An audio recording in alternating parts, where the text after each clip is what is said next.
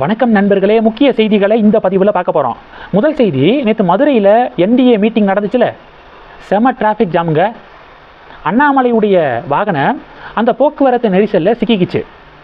பொதுக்கூட்டம் நடக்கக்கூடிய இடத்துலேருந்து கிட்டத்தட்ட 1/2 கிலோமீட்டர் 1 கிலோமீட்டர் பார்த்தீங்கன்னா தொலைவில் அண்ணாமலை வந்த வாகனம் சிக்கிக்குது. அண்ணாமலை உடனே என்ன பண்ணுறாரு, காரை விட்டு கீழே இறங்கி நடந்து வராரு. நடந்து வரும்போது இந்த சாலைகளில் இருந்த வாகனத்தில் இருந்தவங்க எல்லாமே அண்ணாமலையை பார்த்தோன்னே கீழே இறங்கி அண்ணாமலை கூடவே நடந்து செல்ஃபி எடுக்கிறது, இது மாதிரி பயங்கரமாக ஆரவாரம் பண்ணியிருக்காங்க. இந்த கும்பிட போன தெய்வம் குறுக்க வந்ததம்மா அப்படிங்கிற மாதிரி பாஜக தொண்டர்கள் எதுக்காக பொதுக்கூட்டத்துக்கு வராங்க? ஃபஸ்ட்டு மோடியை பார்க்குறதுக்கு, 2வது அண்ணாமலையை பார்க்குறதுக்கு. இதுக்காக தான் பொதுக்கூட்டத்துக்கே வராங்க. ஸோ அப்படிப்பட்ட பாஜக தொண்டர்கள் யாரும் எதிர்பாராத வகையில் டக்குன்னு சாலையில் அண்ணாமலையை பார்த்த உடனேயே அமைதியாக இருப்பாங்களா? டக்குன்னு அவங்களுடைய வண்டியை விட்டு கீழே இறங்கி அவங்களும் அண்ணாமலை கூட நடந்து செல்ஃபியெல்லாம் எடுத்துக்கிட்டாங்க. அந்த வீடியோ செம்ம ட்ரெண்டிங்காக ஷேர் ஆகுது. 1. 2வது என்ன பார்க்க போகிறோம்? 2வது, கார்த்திக் சிதம்பரம் ஈரானில் அயதுல்லா அலி கமேனியுடைய ஆட்சியை மிக கடுமையாக விமர்சனம் பண்ணியிருக்காரு. ஈரானுடைய உச்சபட்ச தலைவர் கமேனி கொல்லப்பட்டிருக்காருல்ல, இது தொடர்பாக கார்த்திக் சிதம்பரம் பேசிய பேச்சு ரொம்ப வைரலாக ஷேர் ஆகுது. கார்த்திக் சிதம்பரத்தை பொறுத்த வரைக்கும் right man in wrong party அப்படின்னு பாஜகக்காரங்க சில பேர் பதிவுகள் போடுவாங்க. எப்படி சசி தரூருக்கு பதிவுகள் போடுவாங்களோ, right person in wrong party அப்படின்னு பதிவு போடுவாங்களோ, அது மாதிரி கார்த்திக் சிதம்பரத்துக்கும் சிலருடைய பதிவுகளை பார்ப்போம் இதே மாதிரி. ஏன்னா சில விஷயங்களை அரசியல் பண்ண மாட்டார், உண்மையை அப்படியே டக்குன்னு நெத்தி பொட்டில் அடித்த மாதிரி சொல்கிறாரு கார்த்திக் சிதம்பரம்.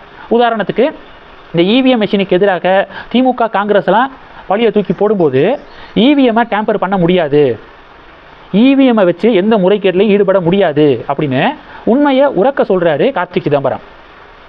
2வது, சித்திரை 1 தமிழ் புத்தாண்டா, தை 1 தமிழ் புத்தாண்டா அப்படின்னு எப்பெல்லாம் கேள்வி கேட்டாலும் என்னையை பொறுத்த வரைக்கும் சித்திரை 1 தான் தமிழ் புத்தாண்டு அப்படின்னு சொல்லுவார். 2. இது மாதிரி பல உதாரணங்களை கொடுக்க முடியும்.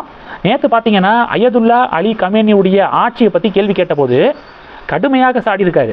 ஈரானில் மிக கொடுமையான ஆட்சியை இப்போ இறந்து போன அயதுல்லா அலி கமேனி செஞ்சு வந்தார். அடிப்படை உரிமைகளே, மக்களுக்கான உரிமைகளே மறுக்கப்பட்டுச்சு, பெண்களுக்கு எதிரான கொடுமைகள் நடந்துச்சு. அதனால் அயதுல்லா அலியுடைய ஆட்சிக்கெல்லாம் என்னால் வக்காலத்து வாங்க முடியாது, கொடுமையான ஆட்சி. அதனால் அயதுல்லா ஆட்சியுடைய அந்த கண்ட்ரோல் மாற்றப்படணும், அவருடைய அதிகாரம் பறிக்கப்படணும். ஆனால் அது எப்படி பறிக்கப்படுறது அப்படிங்கிறதுல தான் டிபேட்டு. இன்னொரு நாடு தலையிட்டு போர் மூலமாக ஆட்சியிலிருந்து கமேனியை நீக்கிறதுல எனக்கு உடன்பாடு இல்லை. ஆனால் கமேனியுடைய ஆட்சி அகற்றப்பட வேண்டும் அப்படிங்கிறதுல நான் தெளிவாக இருக்கேன் அப்படின்னு கார்த்திக் சிதம்பரம் பேசியிருக்காரு.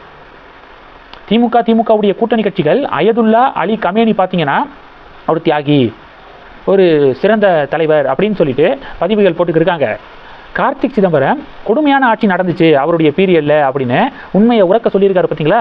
இதனால தான் சொல்கிறோம் right man in wrong party அப்படின்னு, இதனால தான் சொல்கிறோம் அப்படின்னு பாஜக தொண்டர்கள் சில பேர் பதிவுகள் போடுறாங்க. காங்கிரஸ் தலைமை செல்வ பெருந்தகை, அடுத்து KS அழகிரி, இவங்களுக்கெல்லாம் வாய்ப்பு கொடுக்கும்போது கார்த்திக் சிதம்பரம் மாதிரியான ஒரு யங் பொலிட்டீஷியனுக்கு காங்கிரஸுடைய மாநில தலைவராக கூடிய வாய்ப்பை வழங்கலாம். டெஃபினட்டாக அவர் தலைவரான தமிழகத்தில் காங்கிரஸ் வளர்வதற்கு வாய்ப்பு இருக்குது. வேறு யாரை நீங்கள் அப்பாயின்ட் பண்ணாலும் திமுகவுக்கு ஜால்ரா தட்டக்கூடிய ஒரு கட்சியாக தான் தமிழகத்தில் காங்கிரஸ் இருக்கும் அப்படின்னு பாஜக காரங்க பதிலடி கொடுக்குறாங்க. இது ஒரு பெரிய பரபரப்பை ஏற்படுத்தியிருக்கு. கடைசி என்ன அப்படின்னா, நியூஸ் தமிழ் 24x7 சேனல் இருக்காங்களே, அவங்க காலையிலேருந்து ஒரு தலைப்பு செய்தியை வெளியிட்டு இருக்காங்க. ஏற்கனவே திமுக காங்கிரஸ் கூட்டணி விரிசல் அடையக்கூடிய நிலைமையில் இருக்குது, கூட்டணி முறியக்கூடிய நிலைமையில் இருக்குது அப்படின்னு எல்லாரும் பார்த்துக்கிருக்கோம்.